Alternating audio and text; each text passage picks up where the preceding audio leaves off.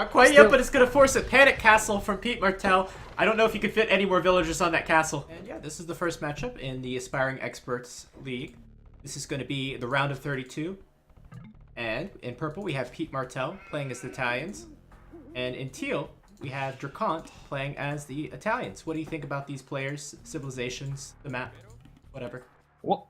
well, Italians was somewhat a predictable choice for coastal. So the thing is that there is a lot of water in here, so you gotta take water control quite early. So Italians is a good fit for it. Also, the reason I like Italians for this map is the condottieri. So there is a lot of possibilities to sneak up on your opponent, and condottieri can be quite useful for that. So Yeah, absolutely. I think we'll see probably a lot of Italians on this map. I casted a game earlier today. It was... Oh, shoot. It was Cool versus Nilly, and it was an Italian tour also. I think we'll see a lot of Italians here. But I have to correct you. This is not, in fact, coastal. This is continental. Completely different maps. They actually look very similar. yep, that was wrong word from my side. Actually, when I was like coast, and at that point it came to my mind, okay, this is continental. So still a little bit unfamiliar with the names, but yep, this is continental. Hi there, what's up? So yeah, for continental, a lot of Italians is possible. And so we're gonna see an engagement between the scouts here. Yeah, it looks like Pete got the first hit off. However, DraconT getting a few hits downhill, and now DraconT should be able to win that fight. We'll see how much laming will go on between the players. It looks like there's 4 sheep there for Pete. He should run into them, and everything will be okay in the end. I like your analysis with the Italians. I think they're a pretty consensus pick, best Civ for this map, because this map is such a heavy water map. It's nice to have all those water bonuses with the Italians, the age up bonus, the fishing ship discount, and the ship discount as well, the ship upgrade discount. So those are all very good bonuses for a water map such as this one. And this kind of map, I think there's 2 valuable strategies. You could either go for a fast feudal galley rush, or you could go for like a fast castle migration style. I'm curious to see which one these players will pick. Yep, absolutely true. Also, well, looking at the map, we have one passage to a central island from the side of Pete Martel, but well, 2 pathways on DraconT's side. This is very small. This is a very small pathway on DraconT he's luring the boar on. Now, in UPE's match, we've seen this actually cause huge problems for UPE, so he needs to take care about that if he doesn't want some sneaky knights to get in there. Yeah, you don't want a few sneaky knights coming in. First stock coming up from DraconT. It's in a pretty good position. Position in the top right. There's 3 deep fish right over there, and it's a very aggressive position. It's not in the back. So likely, I think DraconT will be going for some sort of aggressive build. And for Pete, he's got his dock all the way in the back. It's also a good position, but it's much more defensive.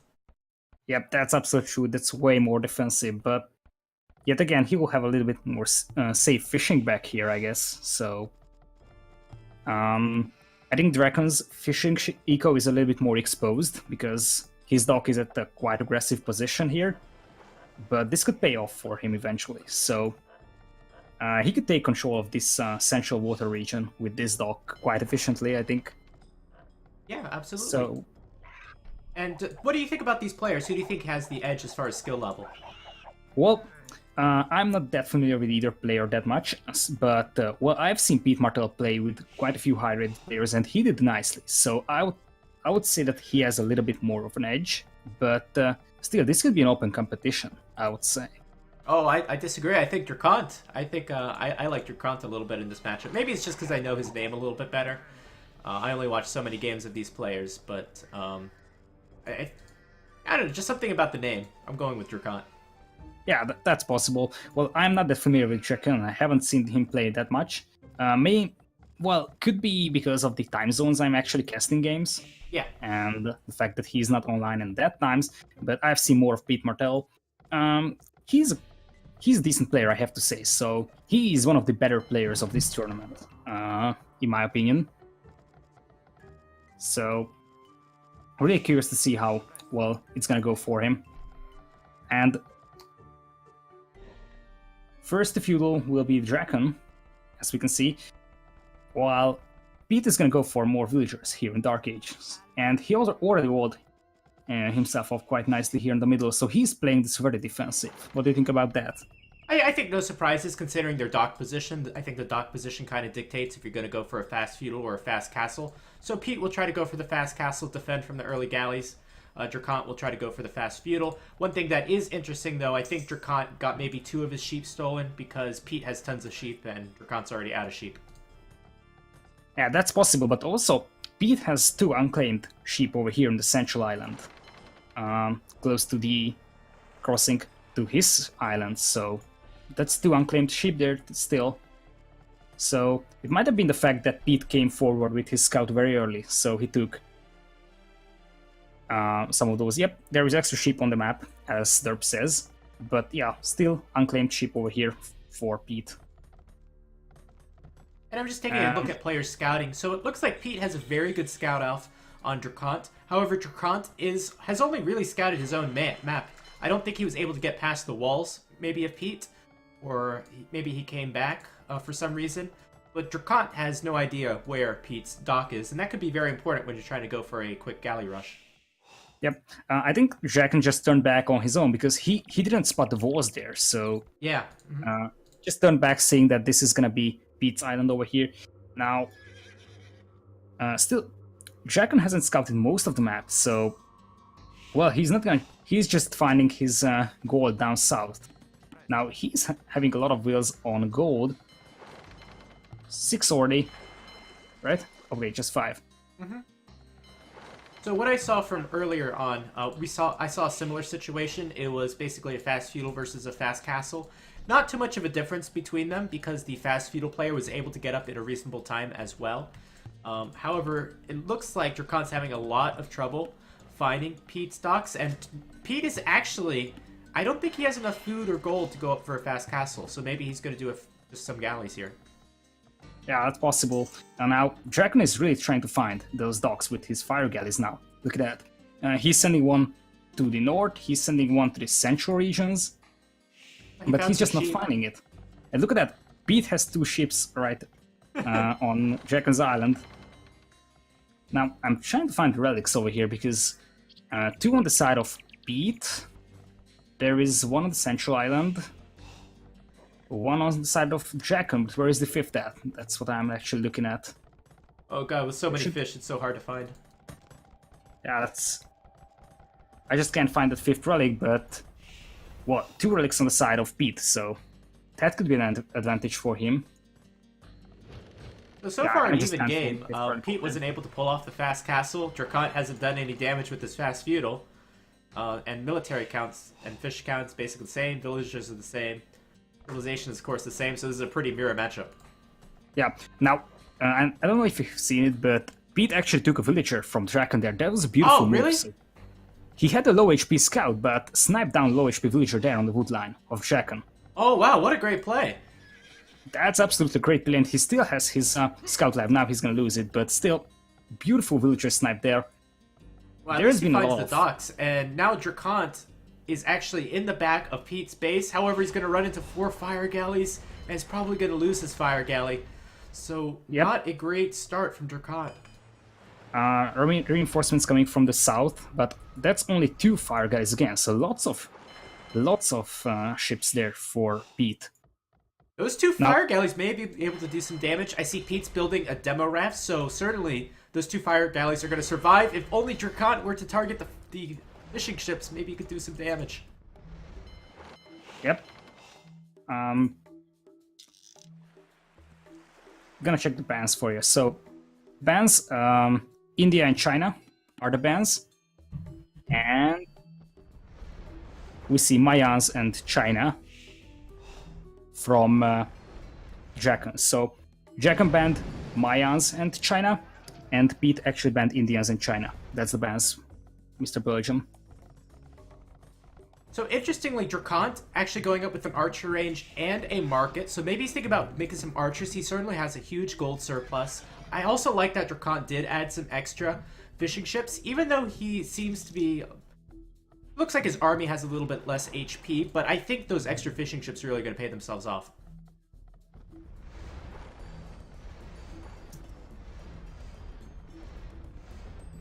Yep. Now, actually the walls here on the middle are broken by that lonely fire galley, but definitely larger fire galley count for Pete at this point. So Actually, going back to that, if those walls are broken and DraconT is making archers, then the archers might be able to do some significant damage. It looks like Pete's not taking any risks and is going to wall behind it. But if DraconT wants to make a single galley, then he could do some big damage, especially to that gold. that's absolutely true. Now, galleys and war galleys in this map is just insane. I don't know if you've seen the matchup, but Yupe actually won with a post-Imperial match of like 30 villagers and only galleons. That was an insane match. Well, that sounds really cool. Yeah, he lost his base at like minute 30 and the match lasted 1.5 hours and he actually came back with a bunch of galleons. So that was an insane matchup, definitely worth watching. So nearly identical castle age times. So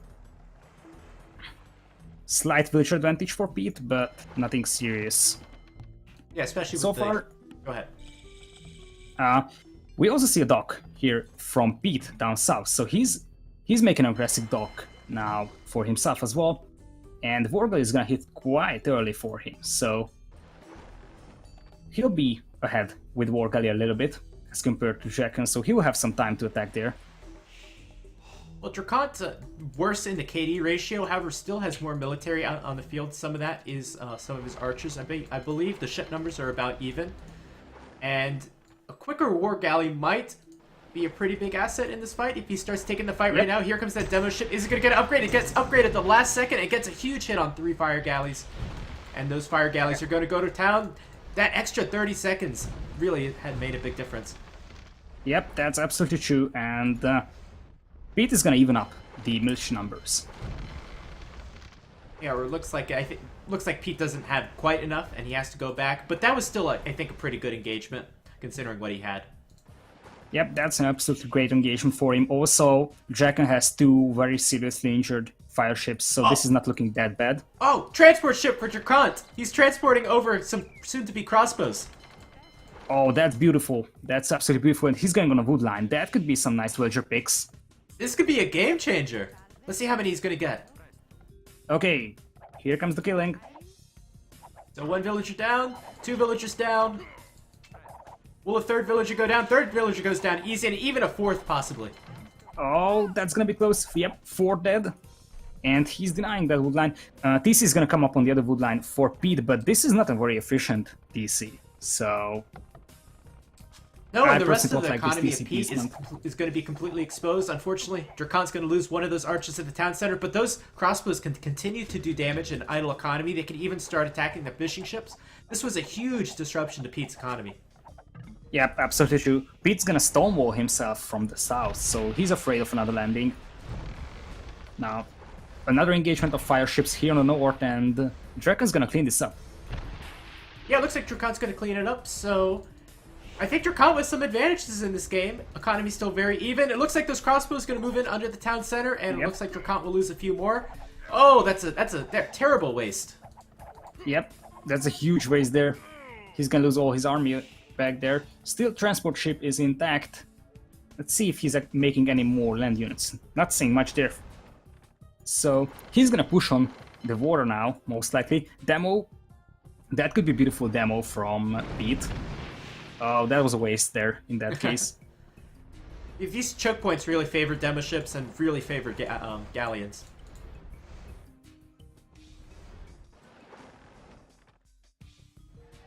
So, take a look. Okay, I'm just always scared about these purple dots on DraconT's island, but this is just sheep for Pete. Yeah.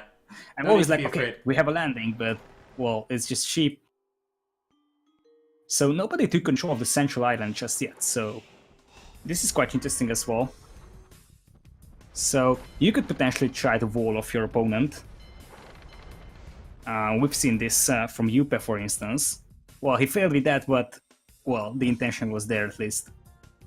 What I find interesting in this game is the KD is so in favor of Pete, and yet all the other statistics are dead even. The fish, the military, the villagers.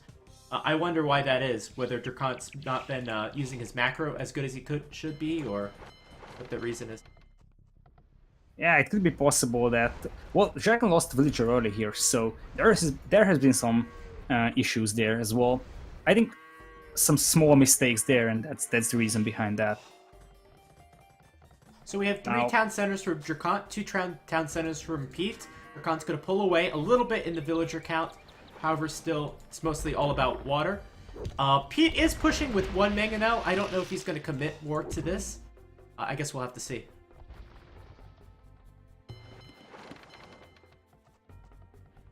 Yep, that's a lot of fire ships. That's a lot of fire ships for Draken now, here in the north.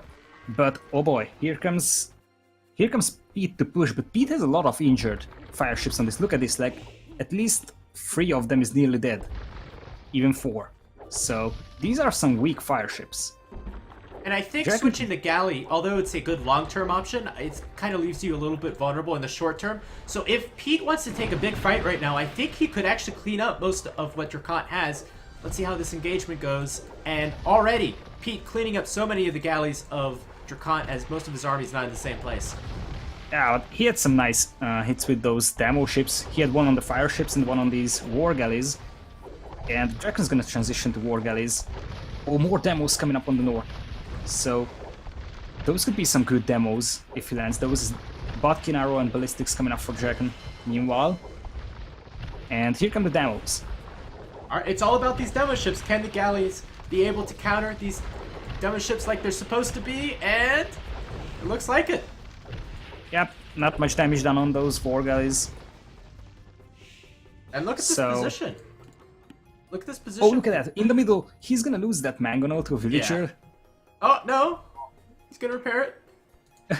Oh, the chase of the century here. Yeah, Pete's gonna have to, I don't know, he's gonna have to use that villager to kill that villager of DraconT. Yeah, this could go on forever if this continues like this. So DraconT pushing with his galleys, they're very strong now that they've been massed. So Pete's either got to mass his own galleys, which it looks like he's going to do, and going to try to contest it that way. Okay, now Pete is sending in a Scorpion to have that poor Mango now. Oh, man. And the North Dock is gonna fall for Pete, it looks like. He doesn't really have the navy to fight this at this point. Has a few fire ships, but... well, he's definitely behind the navy. Well, I think in that big engagement before, the fire ships of Pete took out the fire ships of DraconT, which DraconT didn't need too much. He's transitioning to galleys. And then on the way out, the galleys of DraconT took out a lot of the fire galleys of Pete. So now Pete is forced to transition to another unit. He, of course, lost all those demo ships. So that's why DraconT is ahead. Yep, Dracon's gonna push on the north now, and I'm not sure if he's gonna be... not sure if Pete is gonna be able to defend against this. He's gonna make another dock. It's gonna be close. So, yep, and the crossing to the middle is actually being taken by those war galleys from Drakon, so he will try to limit map control for Pete, and for some reason Pete is starting to build Scorpions. Okay. Not sure what to think about that, to be honest. I think we wanted one for the villager, and then I don't know what the second was for. Now, Pete is dropping outposts on his island, probably to spot some additional landings. Here in the north, we have the engagement of the war galleys. This could be quite important. Yeah, so Drakon will like actually Pete, choose to leave. Yeah, it looks like Pete had enough to be able to push that back. A little nasty getting worse color right now, but I guess it's better late than never. So Pete's pushing back, and DraconT will probably be able to mass enough to be able to push Pete Martel back. We'll have a back and forth. I wonder whose economy is going to be stronger to go into a faster Imperial Age. Yeah, only 2 TCs for Pete at this point. Let's see, 3 TCs for Drakon though, so yeah. He's having a 5 villager lead now, and he could have a larger lead very soon. Yeah, and DraconT clicking up to the Imperial Age. He's just got to sit back for now, get his upgrades. And is Pete even close to going up? He's actually not that close. 400 food, 200 gold only. Enough stone for a castle. Also, his woodline is starting to be an issue, so he's running out of wood over here. Well, not much wood left for him in the long run, so if this goes to post-Imperial, he might have some wood issues. Well, remember he has the scorpions, and now he's got enough stone for a castle, so he might be able to try. He might try to push on the land, and certainly DraconT has nothing on the land. Yeah, that could be a possibility. And DraconT's gonna move forward with his war galleys, so probably he's gonna wait until Galleon hits for him. And Pete is gonna push on the south, looks like. That castle's a very aggressive castle. That castle could be very useful in defense of those galleys from DraconT, but no. Pete has chosen instead to use that castle as maybe a pushing point into DraconT's base and to help prevent galleys from coming in and defending and walling off. Yep, but this could be a decent castle, so I personally like this because, well, you take control of the central island, which is kind of important. Meanwhile, DraconT's gotta build another lumber camp down south, so he's gonna move his woodline partially here. As we see the war galleys actually pushing into the middle, I'm not sure what he's actually trying to do with that. He could try to attack this TC over here. DraconT has quite a few lumberjacks here on the coast. That could be a possibility as, well, Pete is now on his way to Imperial as well. Oh boy, this could be bad for Pete though. DraconT's entire fleet is on his fishing eco. He's gonna escort his fishes. And will be forced to come back. If you look at Pete's army, Pete moved his entire navy into the middle of the map to try to get this castle up. He encountered a lot less resistance than he thought, and now DraconT's in the back of his base. The thing about this map is you could do so much damage from the shoreline that, man, Pete's got to come back and try to contest all these galleys in the back of his base. Yep, that's absolutely true. And we see Condotieros popping out for DraconT now. And Pete is gonna go for Genoese crossbow, but, well, he's gonna lose his ship production here in the north, so that's a lot of galleons from DraconT, and Pete has no tools to fight that at this point, so lots of galleons, he is still in Castle Age. So he's gonna lose quite a number of docks there, and he's gonna rebuild his ship production here in the center, so he's gonna make his docks here, which could be decent. What do you think about this? So technically you could pressure quite a bit of the eco here from DraconT. Well, I think you might see a little bit of a base trade scenario. Best case for Pete, because Pete needs to use these galleys and try to pressure the base, but I think he could also make some transport ships. And I think making just a few Genoese crossbowmen and then a bunch of Condottiero to raid might be the ideal solution. Yep, I totally agree with that. And Galleon's gonna hit very soon for Pete as well. But, well, he lost the docks back home, so... At the same time, not something you can't rebuild. Yep, absolutely true, and he's kind of lucky that, well, his lumberjacks are safe, his gold miners are safe, so most of his resources are quite far away from the shoreline, so those galleons from DraconT won't be able to pressure his eco that much. Yeah, that's certainly very lucky considering how these maps look like. However, I think DraconT is going to start landing his Condottiero. I see a transport ship in the middle of the map moving towards its base, and it's going to land. How many Condottiero does it have? It looks like it has 10. Yep. That's true. Oh, there could be some decent kills there from the galleons. Not much upgrades on those Conquerors just yet, so... Not quite yet, but it's going to force a panic castle from Pete Martel. I don't know if you could fit any more villagers on that castle. Oh boy, that's some fast building we are actually seeing. Oh, and he lost the villager there to that faraway galleon. That was so unlucky for him as well. And even with that castle up, he's gonna lose some villagers, I think. Yep. Oh boy, but that's some decent house walling there from Pete, so he trapped those Conquerors in there. But look at the damage already to Pete's economy. He's got like 50 idols now. Yep, and look at that, this woodline is just the definition of inefficiency at this point. Oh god. So he will have to leave this and move up here, but the thing is that most of the remaining woodlines are quite exposed to naval attacks, so this could be tricky. I think this might be the move that wins DraconT the game, his landings. I think those kind of tier killed like 2 or 3 villagers, but just the damage they've done as far as idle villagers, that's just ridiculous. Still, most of these villagers not even working properly. Now, Pete is doing some damage as well, so he took down a TC from Dragon here. And he's starting to chop down houses at least. Well, at least it's something, as we see this whole army, 3 Genovese crossbows, 2 scorpions, a mangonel, a sheep, and a trebuchet. The perfect unit composition for Pete Martel. Box formation too, I hope. Look at that sheep. Oh, that's good. Oh, where's the unit control for Pete though? He's running straight into the castle. Oh, man. Yep. Oh. Oh! Oh, poor guys. Poor guys. That lonely trap is sniping down the castle though. Well, now the sheep's just left. Now the thing is that he's gonna lose his docks again to these ships. Oh, on the right side, huge engagement between those galleons. And defensive castle from Dragon coming up. He's gonna lose quite a few villagers to this. And yet and again, another sheep there. My chat's really liking the sheep. Oh boy, but look at the ships coming from Dragon. So he's gonna completely surround the fleet of Pete here. So Pete could lose all his galleons in this fight. Still, Pete has chemistry on his galleons. No chemistry for Dragon just yet. But yeah, those galleons are dead for Pete. Yeah, nice trap from DraconT. DraconT's got solid water control.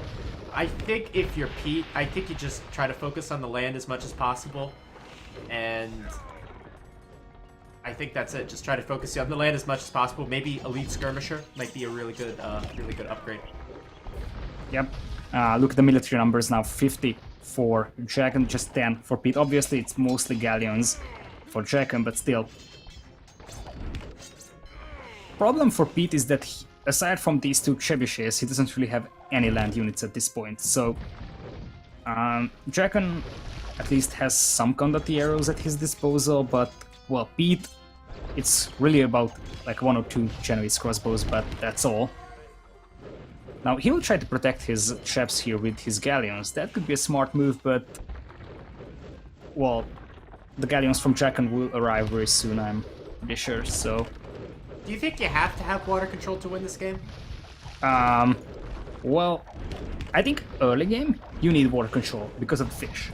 In late game, not necessarily, especially if you can push your opponent on land. So, like I said, when Yupe was playing, he was completely pushed off land, and I was like, okay, you have 30 galleons, but you had like 30 villagers, and it was his eco was just completely filled with cavaliers from his opponent.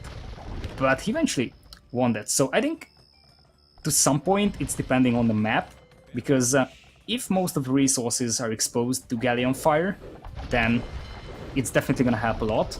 But other than that, I think early game you need water control, but after that, not necessarily, I would say. Well, so here's an interesting question: who do you think's winning right now? Well, it's tough to say. It's tough to say. I would say that Dragon is a little bit in a better spot. So yeah, Pete is pushing his base quite well, but well, I'm not sure why Dragon is not cleaning this fleet up from Pete. He could do this. Now Pete has the eco advantage at this point, but Dragon definitely has the military lead.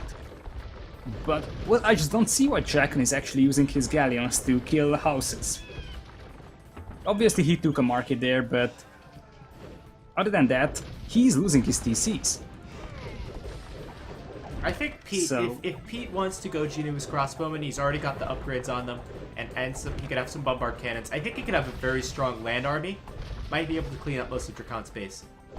Yep, I think Dragon needs to act on this, because, well, what we see is just siege from Pete, and it's being protected by a bunch of galleons, and Pete is already on bombard cannons, and Dragon is losing his base quite badly over here. Yeah, and he's moving his fleet now to attack from the south. He has to push this because he cannot allow those trebuchets to just sit there for free. Now, trying to look around, but oh boy, this is the last TC from Dragon, if I'm right. Yeah, DraconT needs his town centers. He's pretty low on bills too. Oh, this could work for Pete.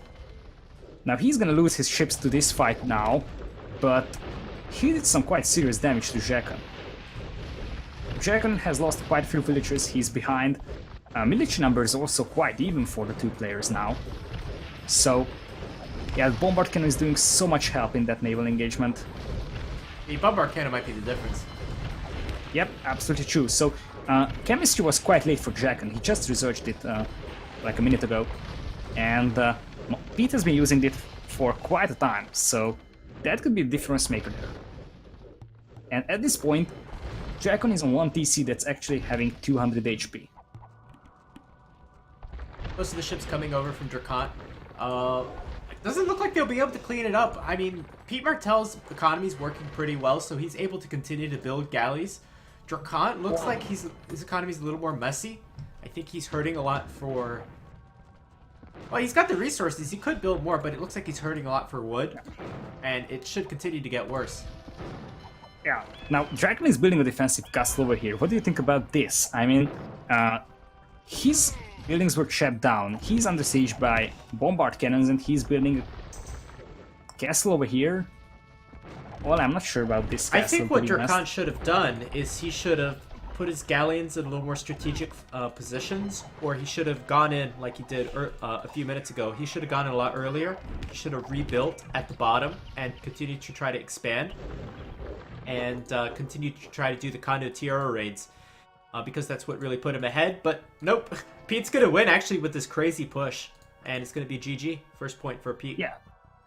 Absolutely beautiful there from Pete. So he literally had like 3 siege units that could actually push on land, but this was a genius move from him to protect all those siege units with his galleons. So I think Draken acted a little bit late here, so he had a fleet of like 40 ships that were actually just shooting the market here for Pete. And at that time, Pete had like 8 galleons protecting those trebuchets. Those galleons could have been devastated by Draken's fleet, but by the time Draken actually moved up on these ships, Pete had a fleet of like 30 over here, and he was just able to protect his ships. I think DraconT probably didn't take the middle threat as seriously as maybe he should have, because I think 9 times out of 10 I watch this kind of game, and the player with the water control wins, and that wasn't the case this game.